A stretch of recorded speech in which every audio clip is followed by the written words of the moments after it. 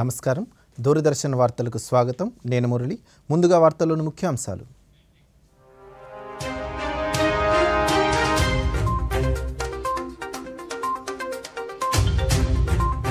దేశంలోని వైద్యులు నిస్వార్థమైన సేవలు అందిస్తున్నారన్న రాష్ట్రపతి కొత్త ఢిల్లీలోని Atal Bihari Vajpayee institute of medical sciences doctor RML hospital స్నాతకోత్సవంలో పేర్కొన్న ద్రౌపది ముర్ము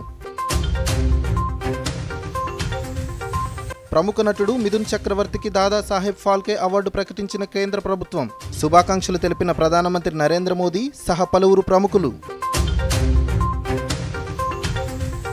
దైనందిన జీవితంలో ప్రతి ఒక్కరూ మాతృభాషకు అధిక ప్రాధాన్యతనివ్వాలన్న పూర్వ ఉపరాష్ట్రపతి ఆచార్య నాగార్జున విశ్వవిద్యాలయంలో ఆచార్య కొత్త సచ్చిదానంద శత జయంతి ఉత్సవాల్లో పాల్గొన్న ఎం వెంకయ్య నాయుడు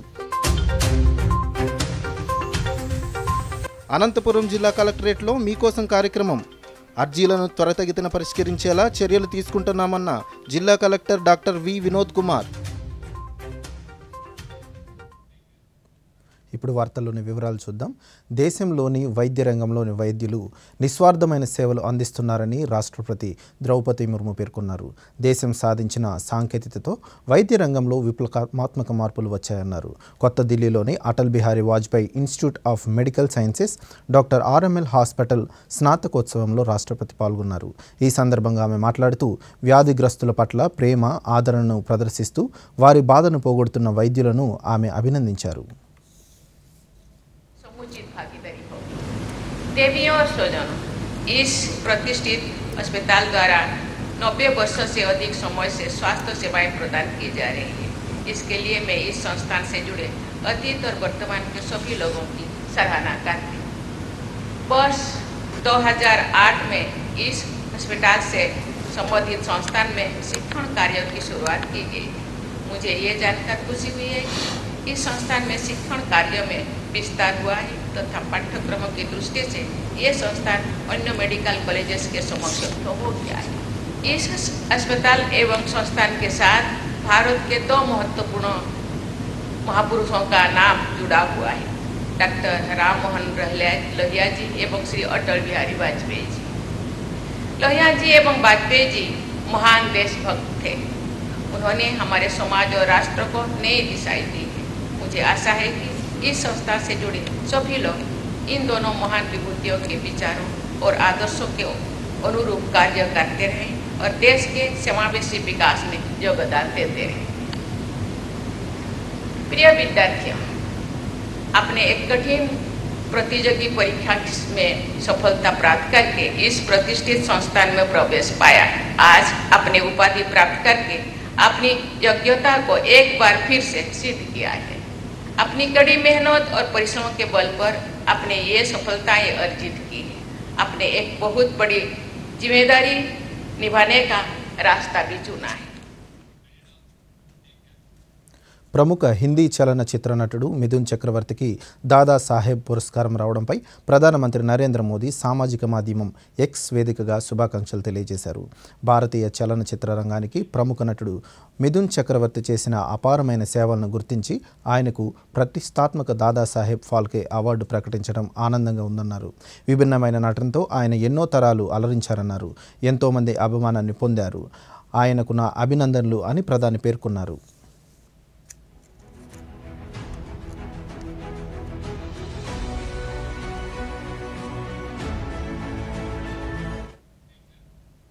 దైనందిన జీవితంలో ప్రతి ఒక్కరూ మాతృభాష వినియోగానికి అధిక ప్రాధాన్యత ఇచ్చినప్పుడే ఆ భాష మనుగడ సాగడం సాధ్యమవుతుందని పూర్వ ఉపరాష్ట్రపతి ఎం వెంకయ్య నాయుడు అన్నారు. గుంటూరు జిల్లాలోని ఆచార్య నాగార్జున విశ్వవిద్యాలయంలో కొత్త ఆచార్య సచ్చిదానంద శత జయంతి ఉత్సవాల వేడుకలలో వెంకయ్య నాయుడు పాల్గొన్నారు. ఈ సందర్భంగా ఆయన మాట్లాడుతూ తెలుగు భాషను కాపాడుకోవాల్సిన బాధ్యత ప్రతి ఒక్కరిపై ఉందన్నారు. మన దైనందిక వ్యవహారాల్లో ఇతర భాషలను వాడకాన్ని తగ్గించి తెలుగును వినియోగించవలసిన అవసరం ఎంతైనా ఉందన్నారు. 2 రోజుల పాటు జరగనున్న ఈ కార్యక్రమానికి జాతీయ అంతర్జాతీయ ప్రముఖులతో పాటు పలువురు విద్యావేత్తలు పరిశోధకులు విద్యార్థులు పాల్గొన్నారు.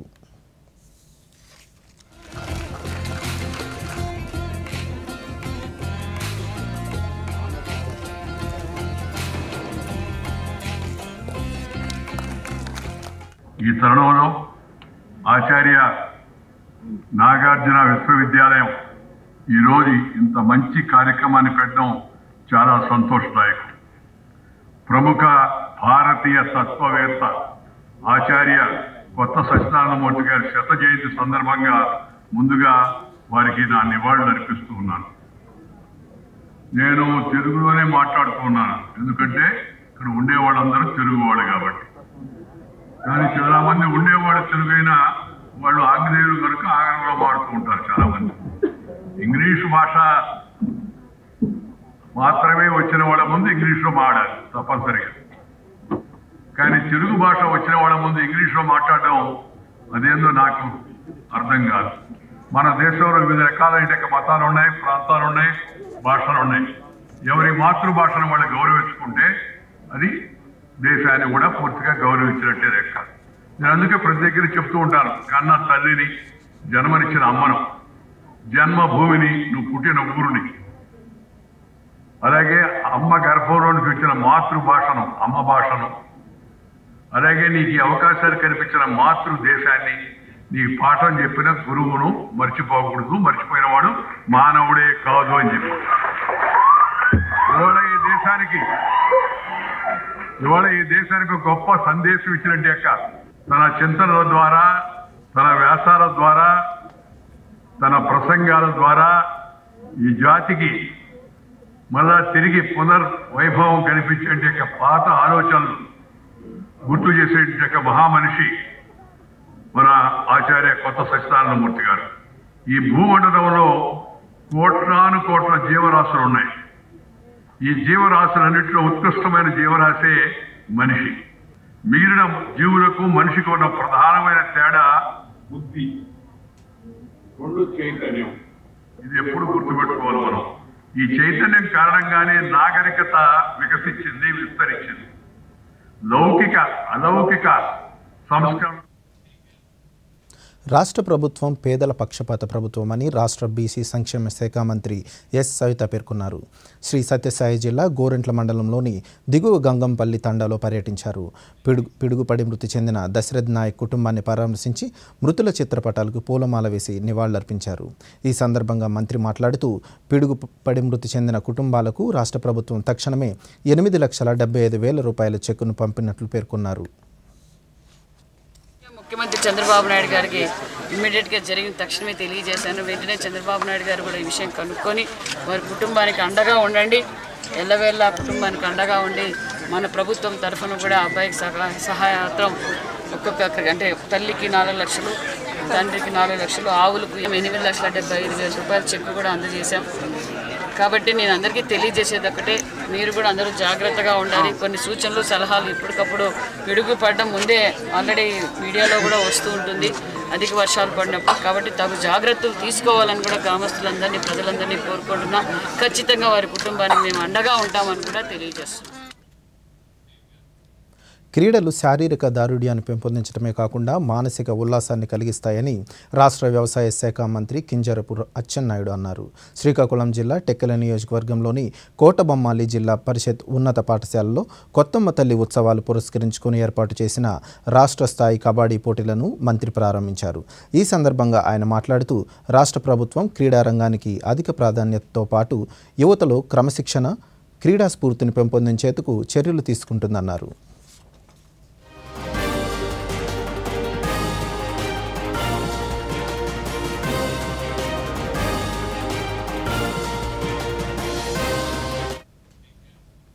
ప్రజా సమస్యల పరిష్కార వేదికలో ప్రజల నుంచి ప్రతి అర్జీని పరిశీలించి పరిష్కరించేలా చర్యలు తీసుకుంటున్నామని అనంతపురం జిల్లా collector doctor V Vinod Kumar తెలిపారు.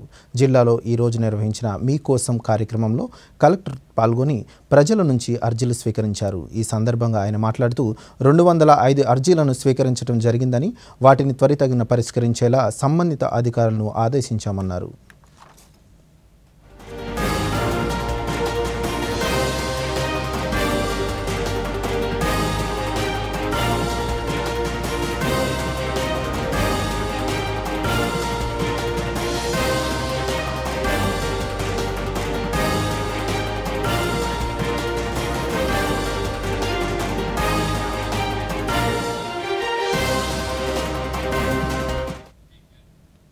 హిందీ పక్వాడపై వర్క్షాప్ను విజయవాడ దూరదర్శన్ కేంద్రంలో నిర్వహించారు. ఈ వర్క్షాప్లో ముఖ్య అతిథిగా దూరదర్శన్ కేంద్ర ప్రాంతీయ వార్తా విభాగాధిపతి డాక్టర్ గుత్తికొండ కొండలరావు పాల్గొన్నారు. ఈ సమీక్షలో హిందీ భాష సమగ్రంగా వినియోగించవలసిన అవసరంపై చర్చించారు. రాజభాషగా గుర్తింపబడిన హిందీని ప్రతి ఒక్కరూ నేర్చుకోవాలన్నారు. జాతీయ సమైక్యత సమగ్రతలు పెంపొందించడానికి హిందీ ఉపయోగపడుతుందని డాక్టర్ కొండలరావు పేర్కొన్నారు. హిందీ భాష వినియోగం గురించి ఆకాశవాణి విశ్రాంత అసిస్టెంట్ డైరెక్టర్ ఎం సుబ్బాశేఖర్ వివరించారు. ఈ కార్యక్రమంలో దూరదర్శన్ కేంద్రం program head B Venkateswarlu, assistant director engineer G Padmavathi, సిబ్బంది పాల్గొన్నారు.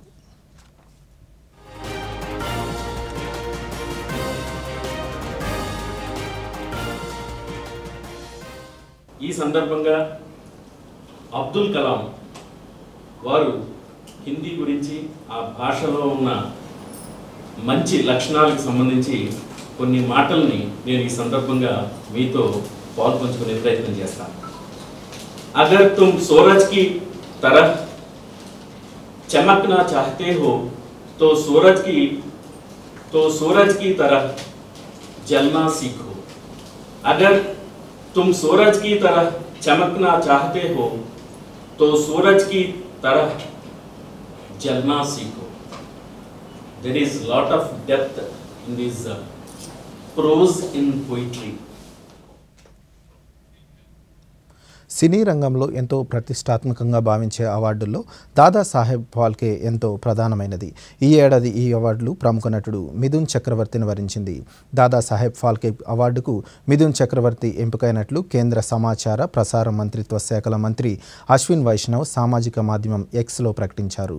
అక్టోబర్ 8న జరిగే 70వ జాతీయ చలనచిత్ర అవార్డుల వేడుకలో ఈ పురస్కారాన్ని మిథున్ చక్రవర్తి అందుకొనున్నారు. 1976లో సినీ ప్రస్థానం ప్రారంభించిన మిథున్ చక్రవర్తి నటుడిగా, నిర్మాతగా సేవలందించారు. డిస్కో డాన్సర్ చిత్రం ద్వారా విశేష ప్రజా ఆదరణ పొందిన మిథున్ ఇప్పటికే పలు అవార్డులను సొంతం చేసుకున్నారు. గోపాల గోపాల సినిమాతో తెలుగు ప్రేక్షకులను మెప్పించిన ఆయన సేవలను గుర్తించిన కేంద్రం ఈ ఏడాది జనవరిలో ఆయనకు పద్మభూషణ్ అవార్డును కూడా అందజేసింది. ఇప్పుడు దాదాసాహెబ్తో సత్కరించనుంది.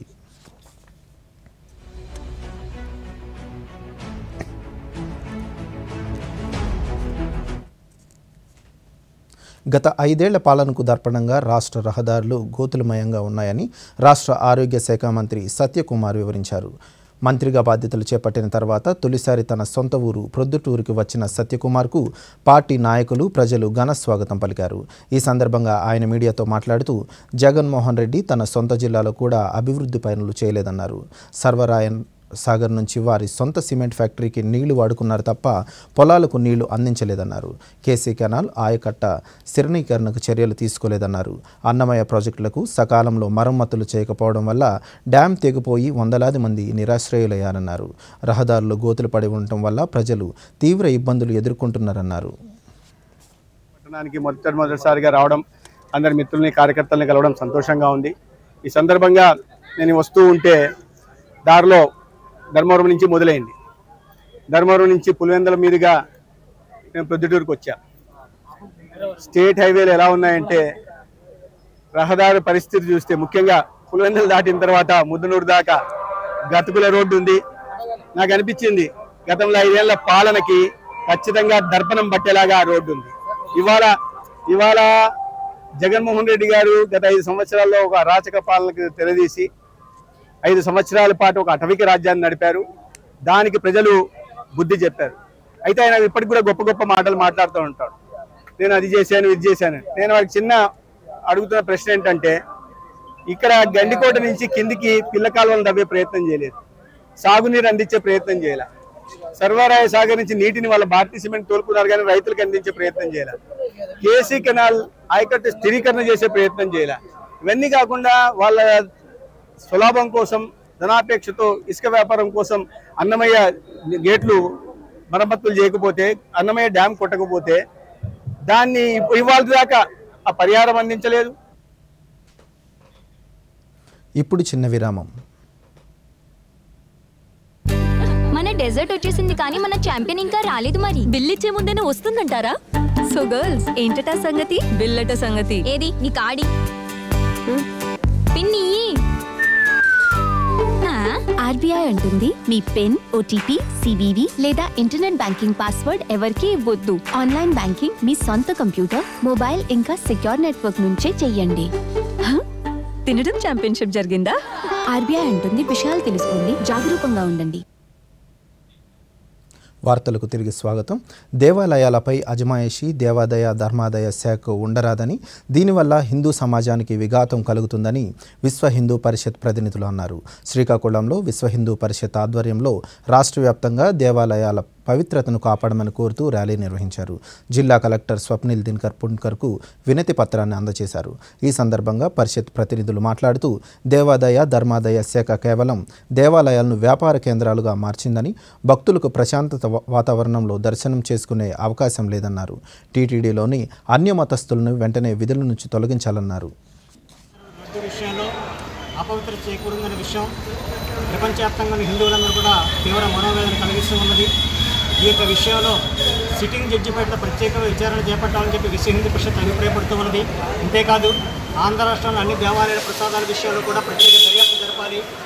అదేవిధంగా దేవాలయంలో అన్య మతస్థులు ఎవరైతే ఉన్నారో వారిని వెంటనే తొలగించాలి.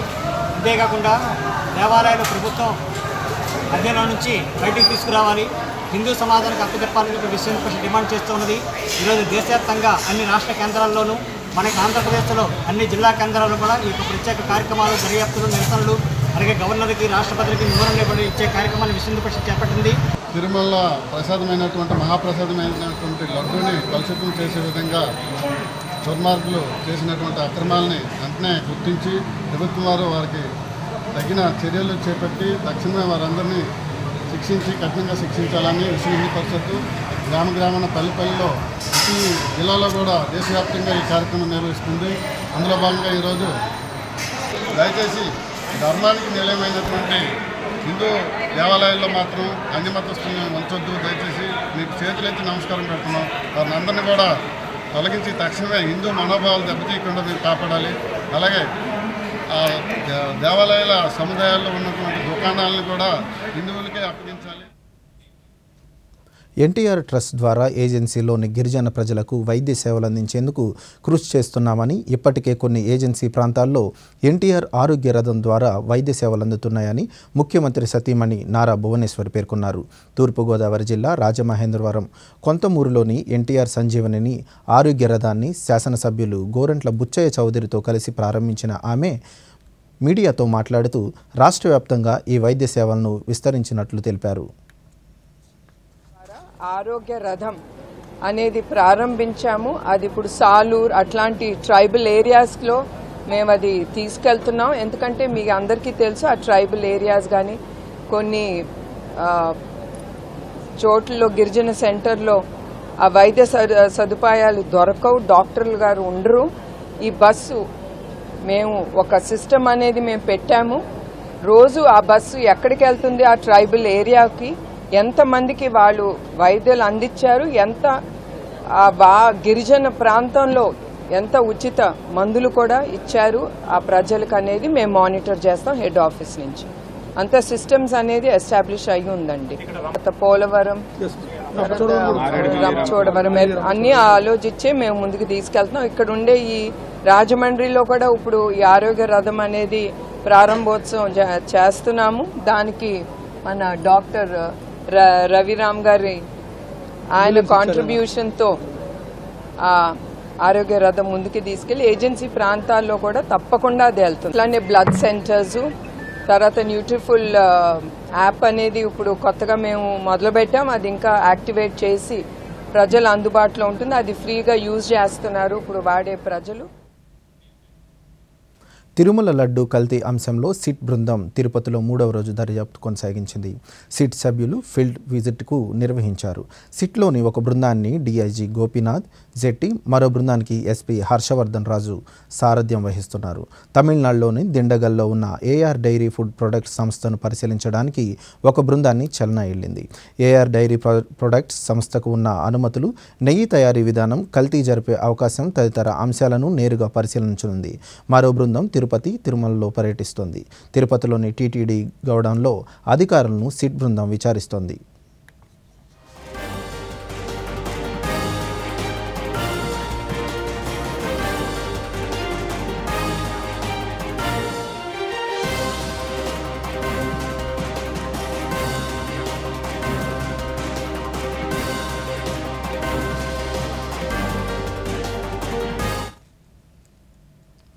రాష్ట్రంలో ఏర్పడే నూతన మద్యం పాలసీని సమర్థవంతంగా అమలు చేయడానికి కృషి చేస్తామని ఉమ్మడి చిత్తూరు జిల్లా ఎక్సైజ్ శాఖ డిప్యూటీ కమిషనర్ విజయశేఖర్ తెలిపారు.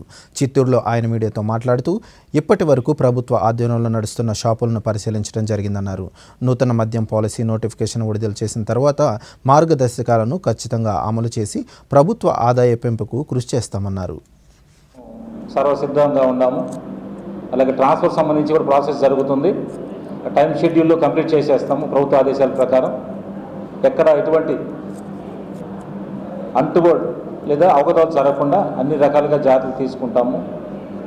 ప్రభుత్వ నిర్దేశాల ప్రకారం గైడ్లైన్స్ ప్రకారం ట్రాన్స్ఫర్స్ టేకప్ చేస్తాము.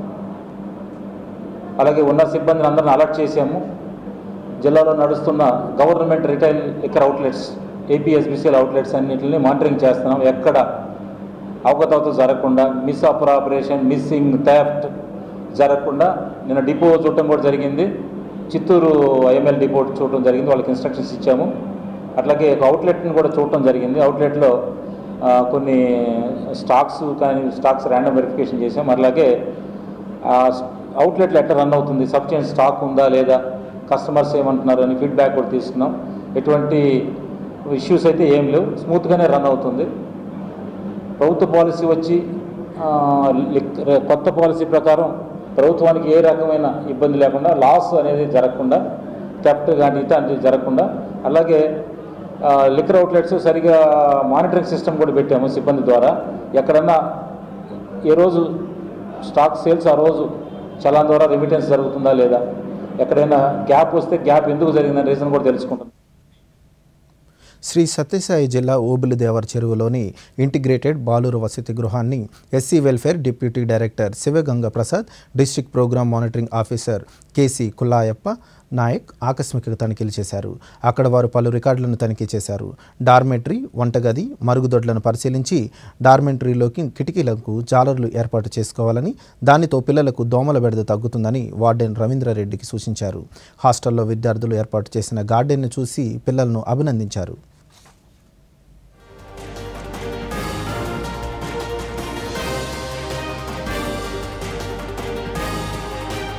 ఇక్కడ 92 మంది విద్యార్థులు గలరు. వాళ్ళతో మాట్లాడడం జరిగింది. ఆ సందర్భంగా వాళ్ళ వెంట సామూహికంగా భోజనం చేసి భోజనం కూడా పరిశీలించడం జరిగింది. సంతృప్తిని వ్యక్తం చేస్తున్నాం. చక్కటి భోజనం పిల్లలకు లభిస్తుంది.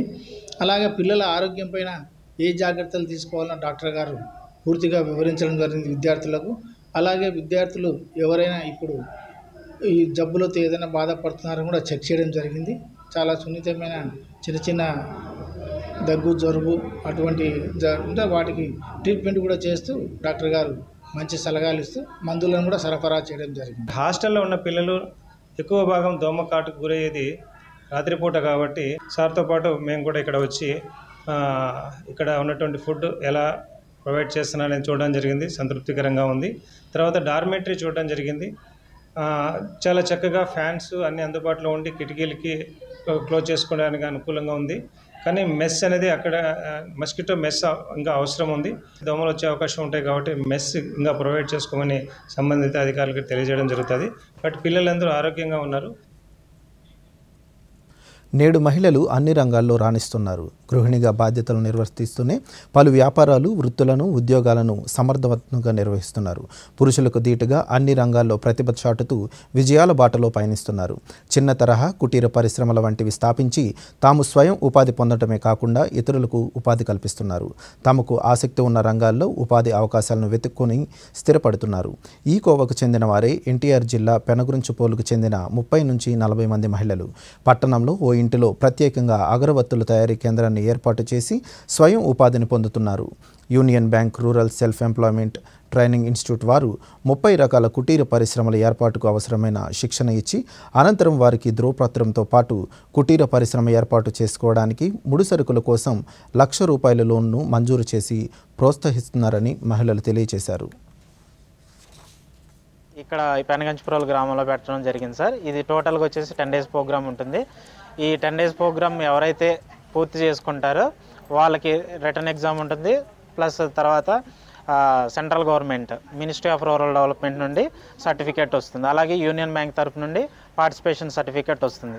ఆఫ్టర్ సర్టిఫికేట్ వచ్చిన తర్వాత వాళ్ళకి ముద్ర లోన్ ద్వారా వీళ్ళకి ఆర్థికంగా హెల్ప్ చేస్తాం సార్. మా నుండి రిఫర్ చేస్తాము. ఇంకా ఫర్దర్గా బిజినెస్ చేసుకోవడానికి మా నుండి అన్ని రకాల సహాయాలు అందిస్తాం. ఈజీగా అర్థమయ్యే పద్ధతిలో చెప్తున్నారు. దానికి ఎక్కువ కష్టపడాల్సిన పని లేదు. అది అందరికీ అవసరమైనవి కాబట్టి మాకు నేర్పిస్తున్నారు. మేము ఉదయం 9 గంటల నుంచి సాయంత్రం 5 వరకు ఉండి నేర్చుకుంటున్నాము. ఇది సులభకరంగా ఉంది మాకు చేయడం. మాకు ఇక్కడ ఒకరితో ఒకరికి పరిచయం అవ్వడం కోసం మాకు గేమ్స్ ఆడించడం, మాలో ఉన్న బెరుకుతనం భయం పోగొట్టడానికి కూడా సార్ వాళ్ళు మాకు బాగా హెల్ప్ చేస్తున్నారు. విద్యార్థులు చదువులతో పాటు క్రీడల్లో పాల్గొనాలని కర్నూలు పార్లమెంట్ సభ్యులు బస్తీపాటి నాగరాజు తెలిపారు. కర్నూలులోని రిడ్జ్ స్కూల్లో CBSE 7వ Andhra Pradesh Telangana inter school football టోర్నమెంట్ను ఆయన ప్రారంభించారు. ఈ సందర్భంగా ఎంపీ మాట్లాడుతూ క్రీడల్లో పాల్గొనే విద్యార్థులు గెలిపే లక్ష్యంగా కృషి చేసి గెలుపు ఓటములను సమానంగా తీసుకోవాలని సూచించారు. క్రీడల్లో పాల్గొనడం వల్ల విద్యార్థులు చదువుల్లో సైతం బాగా రాణిస్తారని పేర్కొన్నారు. రిడ్జ్ స్కూల్ అధ్యాపకులు పుల్లయ్య మాట్లాడుతూ తమ పాఠశాలలో చదువుకున్న విద్యార్థి ఎంపీ హోదాలో ముఖ్య అతిథిగా రావడం సంతోషంగా ఉందన్నారు. 2 రాష్ట్రాలకు సంబంధించిన 90 CBSE పాఠశాలలకు సంబంధించిన 150 జట్లు ఈ పోటీలో పాల్గొన్నాయి. అక్టోబర్ 2వ తేదీ వరకు ఈ పోటీలు కొనసాగనున్నాయి. 2700 మంది విద్యార్థులు ఇంతమందికి ఇంత భారీ ఎత్తున మా కర్నూలు టౌన్లో ఏర్పాట్లు చేసి ఇంత ఘనంగా ఒక జాతీయ క్రీడలను తలపించే విధంగా ఇంత ఘనంగా ఏర్పాట్లు చేశారు. విద్యార్థులంతా నేను చెప్పేది ఏమంటే ఈ క్రీడలను ఒక స్పోర్టివ్గా తీసుకొని గెలుపోవడంలో సమానంగా తీసుకొని ప్రతి ఒక్క టీం గెలవాలని ఒక తపంతో క్రీడ కొనసాగించాలని చెప్పేసి చదివే కాదు చదువుతో పాటు క్రీడలను కూడా ఒక భాగంగా ఎంచుకొని క్రీడల్లో కూడా నైపుణ్యం సాధించాలని చెప్పేసి కోరుకుంటాను. CBSE క్లస్టర్ 7 ఫుట్బాల్ టోర్నమెంట్ కర్నూలులో రిడ్జ్ స్కూల్లో జరిపేదానికి అవకాశం వచ్చినటువంటి CBSE వాళ్ళకి మేము ధన్యవాదాలు తెలియజేస్తున్నాం. అంతేకాకుండా 2 తెలుగు రాష్ట్రాల నుంచి దాదాపు ఒక 90 స్కూళ్ళు 170 బ్యాచ్ టీమ్స్ ఇక్కడ ఫుట్బాల్ ఆడుతున్నాయంటే ఇది మేము చాలా సంతోషమైనటువంటి తీసుకుంటున్నాం. తిరుమల శ్రీ వెంకటేశ్వర స్వామి సాలకట్ల బ్రహ్మోత్సవాలకు అవసరమైన పరదాలు కురాలను శ్రీవారి భక్తుడు పరదాలమ్మని ప్రత్యేకంగా సిద్ధం చేశారు. శ్రీ వెంకటేశ్వర స్వామి, శ్రీదేవి, భూదేవి, వెంకటేశ్వర స్వామి తల్లి వకులామాత దేవతామూర్తులుగా కనిపించేలా పరదాలను సిద్ధం చేసి తిరుమలకు తీసుకెళ్లినట్లు పరదాలమ్మని తెలిపారు. గత 27 సంవత్సరాలుగా బ్రహ్మోత్సవాలతో పాటు ఆదివార ఆస్థాన సమయంలోనూ పరదాలను టీటీడీకి ఉచితంగా అందిస్తున్నట్లు తెలిపారు. తాము అందించిన పరదాలను శ్రీవారి వకులామాత ఆలయం లోపల వినియోగిస్తున్నారన్నారు. శ్రీ వెంకటేశ్వర స్వామి సాలకట్ల బ్రహ్మోత్సవం రంగరంగ వైభవముగా అక్టోబర్ 4వ తారీఖు ప్రారంభమవుతుంది. ఆ పుణ్య దినాన ముందు వచ్చే మంగళవారం కోయిలాల్ వారి తిరుమంజనం ఆ స్వామి దేవదేవుడు కలియుగ దైవం శ్రీ వెంకటేశ్వర స్వామి సన్నిధిలో రంగరంగ పవిత్ర గంగా జలాలు, పసుపు, కుంకము, కస్తూరి, పచ్చకర్పూరము లేపనతో ఆ గోడల లేపనం చేస్తారు. చేసినాక శుభ్రత చేసినాక నూతన పరదాలు సమర్పించే అరుదైన వరము, గొప్ప వరముగా భావించి ఈసారి స్వామికి 3 పరదాలు, 2 కురాలాలు, 2 వకులాదేవి పరదాలు, మొత్తము 5 పరదాలు, 2 కురాలాలు స్వామి సన్నిధికి సోమవారం కాలిబాటున నడుచుకొని పోయిస్తున్నాను. ఈసారి బంగారు వాకిలిలో 3 దేవతలంతా వేయించేసి సుప్రభాత సేవల్లో తిరిగిస్తారు కాబట్టి ఈ భక్తులంతా కన్విన్స్ చేసేదానికి ఈసారి ఆ దేవదేవుడికి పూర్ణ కుంభము, గజవాహనాలు, వరాలు ఇచ్చే కల్పతల్లి మహాలక్ష్మి పూర్ణ కుంభము. రాష్ట్రంపై ఉపరితల ద్రోణి కొనసాగుతుంది. దక్షిణ కర్ణాటక నుంచి గల్ఫ్ ఆఫ్ మన్నార్ వరకు రాయలసీమ మీదుగా విస్తరించి ఉందని భారత వాతావరణ కేంద్రం తెలిపింది. దీనివల్ల కోస్తాంధ్ర, రాయలసీమ ప్రాంతాల్లో 1-2 చోట్ల తేలికపాటి వర్షాలు కురిసే అవకాశం ఉందని, మిగిలిన ప్రాంతాల్లో పొడి వాతావరణం కొనసాగుతుందని అధికారులు తెలిపారు.